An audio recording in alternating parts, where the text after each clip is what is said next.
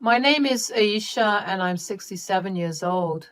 Let me tell you the story of my life after my husband passed away and I moved into my son's house. In some cultures like India, China, and Saudi Arabia, it's common for parents to live with their children, whether they're sick or widowed. It's a tradition that I find beautiful. However, in America, things are different. You see, my son Ahmed was married to a woman named Natalia, and he thought that she was amazing, but I thought differently. I watched her closely, and I was sure she was only interested in my son's money. It really upset me. I tried to warn Ahmed, but I'm sure you know love can blind people. Whenever I told him, Mama knows best, he ignored me and insisted that Natalia loved him and their relationship is genuine. I have to admit that my son is stubborn like me and he won't believe the truth until he experiences it himself. So I stopped telling him that Natalia is bad news. It hurt me to see him being deceived so openly, but sometimes people have to hit rock bottom to understand the reality of their situation. My late husband was a wealthy businessman and we owned several properties, including the house Ahmed now lives in. It was a birthday gift to him when he turned 25. Technically, it's a family house because all three of our names are on the deed, but Ahmed seemed to have forgotten that. I'm sure Natalia was under the impression that the house was strictly Ahmed's, and so she got the gall to treat me so poorly. Her presence had only made things worse, as I had to endure her rudeness and witness my son's inability to handle her. It was a difficult situation for me. I wanted to protect Ahmed from being taken advantage of, but I also know that he needed to learn on his own, so I watched silently, hoping that one day he will see Natalia's true intentions. Let me tell you, it was not easy living under the same roof with someone you didn't particularly care for. Natalia made no effort to hide her disdain for me. She often questioned my presence in the house as if I was an intruder in my own son's home. The audacity! I kept my composure, mostly, but that resolve began to dissolve soon. I had gotten used to her rudeness, but every once in a while she would make things even harder for me. It felt like she enjoyed ruining my laundry on purpose, pretending not to hear me when I needed her assistance, and even making intentionally bad food for me when Ahmed wasn't there. Now, let me make it clear that I don't let people walk all over me. I confronted Natalia about her actions, hoping to make her understand, but as usual, she acted innocent. Our conversation went something like this. Natalie, we need to talk. I've noticed your disrespectful behavior towards me. It's time we address this issue. Oh, Aisha, what do you mean? I have no idea what you're talking about. I've always treated you with the utmost respect. Don't play games with me, Natalia. I see right through your facade. Your actions speak louder than words. I demand an explanation. What is your problem with me? You're just being overly sensitive, Aisha. I'm sorry if you feel that way, but I assure you I have no ill intentions. Enough is enough, Natalia. I won't tolerate your BS any longer. You will respect me and our home, or there will be consequences. Our home? I'm sure you mean your son's home. This isn't your home, Aisha. You need to get that through your head. Without dignifying her disrespectful behavior, with a response, I immediately went to Ahmed to talk about the situation. I have to admit I was quite upset, and my voice may have been loud. Ahmed tried to calm me down, but I wasn't ready to listen. I wanted Natalia to leave the house. Mama, please, let's talk calmly. There's no need to get so worked up. Worked up, Ahmed? Your wife is driving me crazy. I can't live like this anymore. She ruins my belongings, ignores my requests, and disrespects me at every turn. How can you let your mother be treated like this? You have to divorce that witch. Mother, You and I both know divorce is not an option for us. I don't want to bring shame to our family. We can work things out, I promise. Work things out? Ahmed, sometimes it's better to cut ties with a leech rather than let it drain the life out of you. Our happiness and well-being should be a priority. Tension filled the room, making the atmosphere heavy. Ahmed struggled to find the right words, torn between his love for Natalia and his loyalty for our family. I could see the conflict in his eyes, but I knew deep down that he cherished our mother-son bond. Despite my frustration, I took a moment to compose myself. I realized that pushing Ahmed further could strain our relationship even more.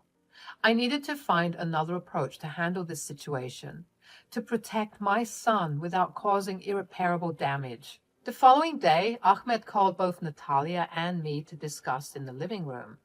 He expressed his concern about the growing hostility between us and emphasized that the constant arguing needed to stop. Natalia, in her usual dramatic manner, started crying and claimed that living with me had been incredibly challenging because she felt unappreciated. I couldn't help but roll my eyes at her fake tears. I knew she was trying to manipulate Ahmed and portray herself as the victim, so I spoke up, unafraid to express my thoughts. Stop with the theatrics, Natalia. Your tears won't fool me. You're crying to pull at Ahmed's heartstrings, but I see right through your act. Ahmed, frustrated by the tension, pleaded with me to stop being unkind to Natalia.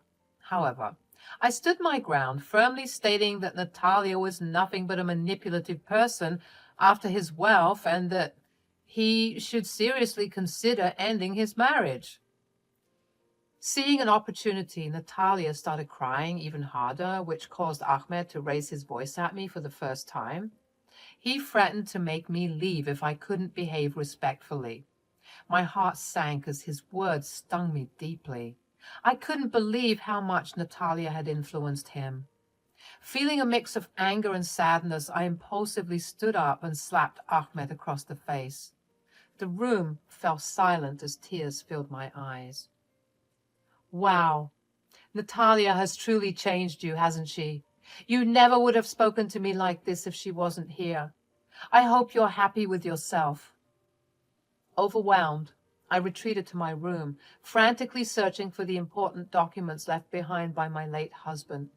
I needed to find the title deed of the house, which clearly stated that the house belonged to me, Ahmed, and his father, as I mentioned earlier. There was also a clause stating that if Ahmed acted rudely or disrespectfully, he would lose ownership of the house. You see, Ahmed used to be a troublesome and spoiled child. Both his father and I wanted to teach him about responsibility, so we decided to give him a house that he had to take care of. We added the clause about disrespect because we anticipated that Ahmed might lose his privileges within a year. We hoped for the best, but prepared for the worst, which is why that clause was included. To our surprise, Ahmed had been responsible and maintained ownership of the house since his 25th birthday. However, that clause still held weight, and now I had to consider whether it was time to remind Ahmed of his responsibilities and the consequences of his actions. As I searched through the papers, my heart raced. Revealing this clause would undoubtedly have serious repercussions on our relationship, but I couldn't stand idly by while Natalia manipulated and controlled my son. I needed to protect him, even if it meant taking drastic measures. After hours of searching, I finally found the papers confirming the validity of the clause in the title deed. It didn't specify a time limit, which meant it remained in effect. Holding on to this information, I decided to wait for the right moment to disclose it, strategically planning my next steps. Meanwhile, I came up with another plan to expose Natalia's true nature to my son. Inspired by the true crime shows I had been watching, I decided to record my conversations with Natalia. I purchased a small recorder specifically for such moments, ensuring that I had evidence to support my claims. Mama always fights smart, my friends. A week passed and the house was filled with uncomfortable silence and tension. The atmosphere was suffocating and it felt like everyone was tiptoeing around. But I knew Natalia's downfall was imminent. I just needed the perfect opportunity to present itself. Then, one day, I sensed that something was off, and sure enough, Natalia was the cause. Unexpectedly, she entered my room, radiating an unsettling energy that my intuition couldn't ignore. My heart raced with anticipation, and discreetly, I pressed the record button on my hidden device. I was ready to capture her true intentions. Natalia approached me with false confidence and said, "I think it's time for you to go." I maintained my composure, hiding my excitement behind a calm expression. Deep down, I knew this was the moment I had been waiting for. With the recorder capturing every word, I responded with a smile, careful to choose my words wisely. "Oh, Natalia, dear, what makes you say that?" "Face it, old lady, you're ruining my plan." "What plan?" "I plan to take all of your son's money." "Duh!" "Ah, so I was right when I said you were a gold digger." "Some call it a gold digger, others call it being opportunistic. Tomato, tomato." "Wow, so these are your true colors, huh? Fascinating." "You know, you never respected me." "Why would I? I could see right through you the moment you walked into my son's life." "I guess the game recognizes the game, huh?" "Oh, please, you think you and I are the same?" "But of course. Why else would you marry such a wealthy man?" "Because I loved him, Natalia. That's something you know nothing about, and you dare to come here and talk like a crazy person? Why are you acting as if I won't expose you to my son?" "Because I have something important to tell you, Aisha. You thought I was joking when I said it was time for you to go? Little do you know." "Spit it out, Natalia. I'm getting sick of your games." "Pack your bags. I've convinced my dear old doting hubby to put you in an old age home." Natalia began to laugh, somewhat manically too. "I told you she was a witch. I let her enjoy her moment of glory because I knew that in a few seconds it would all come crashing down." Noticing my lack of response, she asked, "Why aren't you weeping? Did you hear me, you senile hag? You're going to be locked up in a retirement home until you join your husband." "I heard you, sweetie. Don't worry." "Don't you want to know how I got Ahmed to agree?" "Well, if you must tell me." "After your little scene last week, I started convincing Ahmed that you were slowly losing your mind." "What, because I slapped him?" "Yeah, well, he seems to disagree after I told him that the behavior was not normal and that you were slowly becoming psychotic due to old age." "And he believed you?" "I can be pretty convincing when I want to be. I told him that you also lost your mind when you lost your husband, and that's why you've been mean to me." "So you see, Aisha, you're no longer going to be living here. Once you're gone, it will be easy for me to sink my claws deeper and deeper into your son. By the time I'm done with him, you all will have nothing." Again, she finished her statements as if she had truly won. But little did she know. Nice try." "What do you mean, nice try? I've already won." "I gotta say, if I didn't hate you so much, I might have commended your antics." "Why are you acting like that? You should be shaking right now." "What? You thought that I was going to cry? You think that I'm pusillanimous? Like you?" I don't even know what that means." "Of course you don't. Girls like you don't even bother trying to expand your knowledge. You just rely on being a leech to get by, which is disgusting and pathetic." "How dare you? I'm going to tell Ahmed that you hit me, and then you'll be kicked out for sure." "Oh, Natalia, you still don't get it." I approached her and I slapped her. "Go ahead, tell him. At least you'll be telling the truth this time." You slapped me. I can get you arrested." "I dare you to try, especially after what I have to reveal to you, because when I'm done, you'll regret all the things you've said here." I revealed everything to Natalia, telling her that this entire conversation was being recorded for the sole purpose of exposing the truth. I also told her that she had no right to even attempt to kick me out of the house, considering that I was part owner. Pack your and your hubby's bags, Natalia, because you're no longer welcome in my house. To my surprise, she fainted in shock. I suppose hearing her plans unravel before her eyes, coupled with the impact of our conversation, was too overwhelming for her. As I gazed at Natalia lying unconscious on the floor, a complex mix of satisfaction and disappointment washed over me. I felt satisfied because I finally had the evidence necessary to expose her true nature. But at the same time, I was deeply disappointed that my son had fallen prey to her manipulations. Ahmed rushed into the room, drawn by the loud thud, his face filled with panic as he tried to revive his wife. Despite the chaos, I remained composed. Mama, what did you do?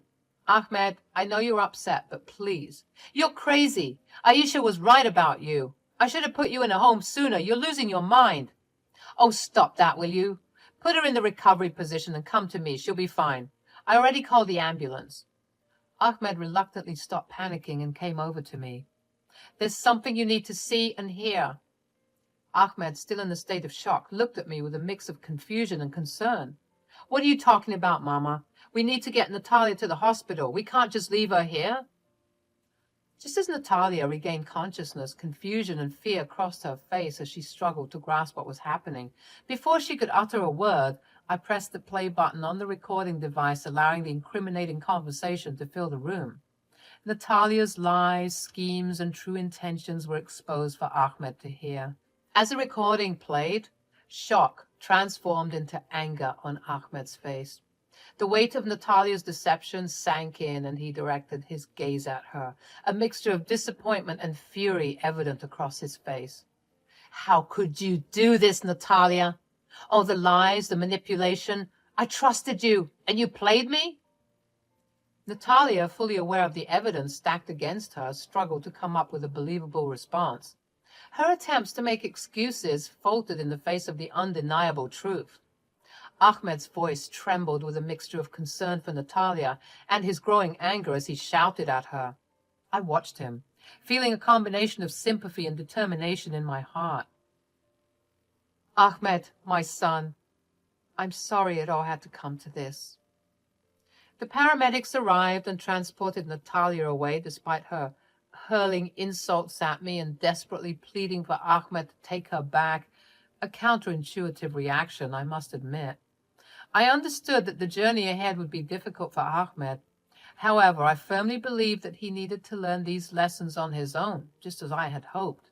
The house, a symbol of responsibility, would remain in our possession, patiently awaiting Ahmed's personal growth and maturity. Can I say it? Say what? I told you so. Yeah, I guess you can. I think I'll hold on to it for now. I can see you're hurting. I loved her, Ma. I know, baby, I know. I guess you were right. You really do know best. At that moment, I felt a huge sense of relief and hope. The truth had come out, and though we had some healing to do, I knew we would come out of it stronger. I had faith that my son would understand the importance of making wise choices and treating others with love and respect. I also made up my mind to remove my name and his father's name from the title deed. Ahmed had proven himself to be a responsible and honorable son, despite all the challenges we faced. Natalia, after her hospital visit, was physically fine. The doctor said her fainting was due to shock and stress, but despite that, she persisted in trying to win back Ahmed by showing up at the house whenever she pleased. Luckily, I was there to protect Ahmed from her manipulations. I made sure she never set foot in the house again. I knew Ahmed was vulnerable, and I didn't want him to fall for her tricks and let her back into his life. I was determined to shield him from any further heartbreak. Amidst all the chaos, I decided it was time to address the house ownership issue. I reminded Ahmed about the clause in the original title deed that required him to be respectful to keep ownership. But I also wanted to give him a fresh start, a symbolic gesture of leaving the past behind. So I handed Ahmed a new title deed with only his name on it. I told him he deserved it after going through so much pain and turmoil. Tears filled Ahmed's eyes as he realized the significance of this gesture, recognizing his growth and strength. We hugged each other, and at that moment, all the bitterness and tension melted away. Ahmed looked at me with a slight smile and said, "You still haven't apologized for slapping me." I chuckled, realizing that our bond had weathered the storm. "Do you want me to put my name back on the title deed?" We shared a heartfelt laugh. In the end, things worked out great for Ahmed and me. Our bond became even stronger, and he learned some valuable lessons about love, trust, and being smart about who to trust. As for Natalia, she kept trying to win Ahmed back, but he stayed strong in his decision to move on without her.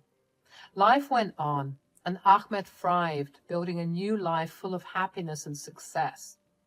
Natalia, well, she had to face the consequences of her choices and slowly became a distant memory. And as for me, I stood by my son's side, proud of the amazing man he had become. We were grateful for our strength and the love that carried us through it all.